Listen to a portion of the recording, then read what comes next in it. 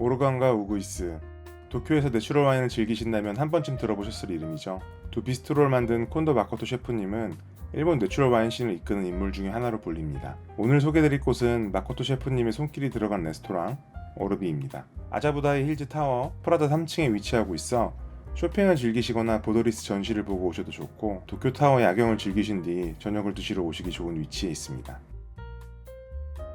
런치는 11시 반에서 3시, 디너는 5시에서 10시, 휴무는 화요일이고 주말에는 3시에서 5시 카페타임이 있습니다.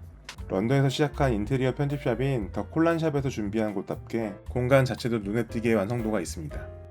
공간은 작고 조용한 편이라 식재료와 와인에 집중해 식사를 즐기기 좋습니다. 제가 이날 먹은 건 캐주얼 프렌치 코스인데요. 디너 6코스에 9,500엔으로 도쿄 중심부에선 매우 합리적인 가격대입니다. 저는 여기에 6,400엔짜리 내추럴 와인 페어링을 추가하였습니다. 첫 번째 와인은 레뱅 피루엣의 펜나트 파브리스 2022입니다.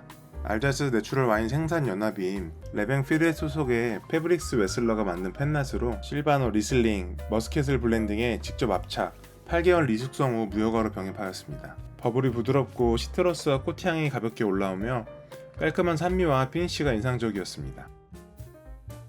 첫 번째 요리는 보리새우를 저온에서 천천히 익힌 포쉐입니다. 봄처럼 산뜻하게 코스의 시작을 알리는 디쉬인데요.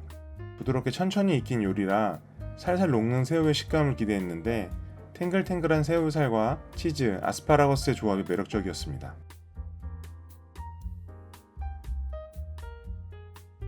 탱글탱글한 보리새우 한번 보고 가시죠.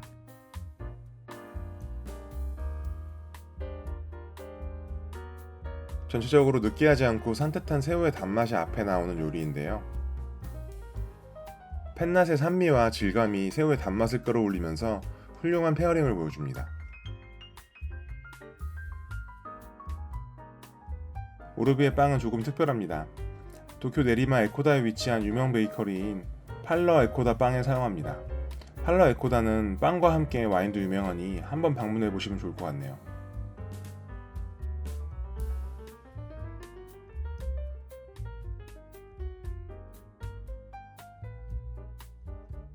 두 번째 와인은 도면 레그랑빈의 피노도니스 2022입니다. 쿰쿰한 뉘앙스가 은은하게 느껴진 뒤 맑은 청량감이 올라오는 레드입니다. 마지막에 가벼운 단맛이 톡 치고 올라와 밸런스까지 좋더라고요. 와인에 이어 나온 훈제 붕장어입니다. 미나리와 우엉을 곁들이고 발효돼지 감자 퓨레를 깔아 구성이 매우 탄탄한 디쉬였습니다. 미나리의 향과 붕장어의 고소함이 잘 맞았고 우엉은 알맞은 익힘으로 씹는 맛을 더해줬습니다. 숲을 형상화한 플레이팅 보는 재미도 있었고 밀도 있는 퓨레가 빈틈을 메워줘 전체적인 밸런스까지 좋은 기억에 특히 오래 남는 요리였습니다. 세 번째 와인은 세바스찬 히포의 앙메닌 2010이었습니다. 쌍세르의 직선적인 미네랄이 분명히 살아있는 화이트 와인인데요. 질감은 묵직하지만 산미가 뼈대를 세워 느끼한 해산물과 좋은 페어링을 보여줬습니다. 앙메닌과 함께 나온 요리는 대구 1위 무리의 리조또였습니다. 1위의 쑥갓소스와 리조또를 곁들인 참신한 구성인데다 1위를 무니에르로 내는 게 흥미로웠습니다. 겉은 바삭하고 안은 녹진한 식감으로 겉바 속녹을 몸소 보여주었습니다.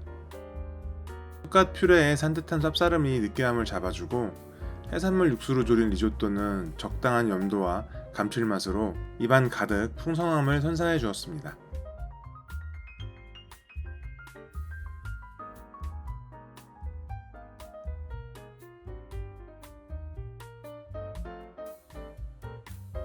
네 번째 와인은 펑키 샤또의 샤르도네 2022입니다.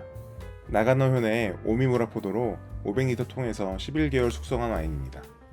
산미와 상큼한 과실, 약간의 쪼가 살아있는 개성 있는 샤르도네로 일본 와인이라고는 상상도 못할 완성도를 보여주는 화이트 와인이었습니다.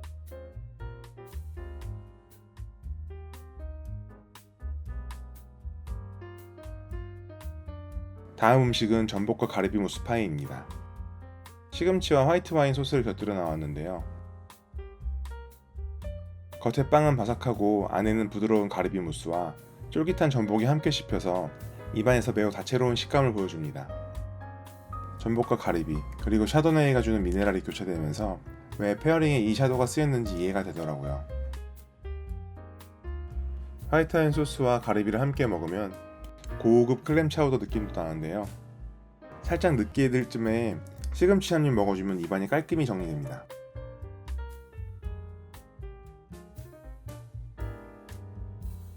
다섯 번째 와인은 펑키 샤또의 까르베네 프랑 2022입니다. 나가노현에서 자란 까르베네 프랑으로 부드러운 타닌과 잘 익은 과실미가 인상적인 와인입니다. 메인 요리는 오미 오리 가슴살 로스트였습니다. 오미 오리는 일본 시가현에서 나오는 브랜드 오리로 오렌지 향이 나는 비가라드 소스를 곁들여 달콤 쌉싸름하게 마무리하였습니다. 오미 오리는 육향이 진하게 나는 편이었는데요. 케일이 피맛으로 변질될 수 있는 육향을 싹 다 잡아줬습니다. 가니쉬로 나온 야채들도 익힘 정도가 너무 잘 맞아 추가로 주문하고 싶을 정도로 맛있었어요.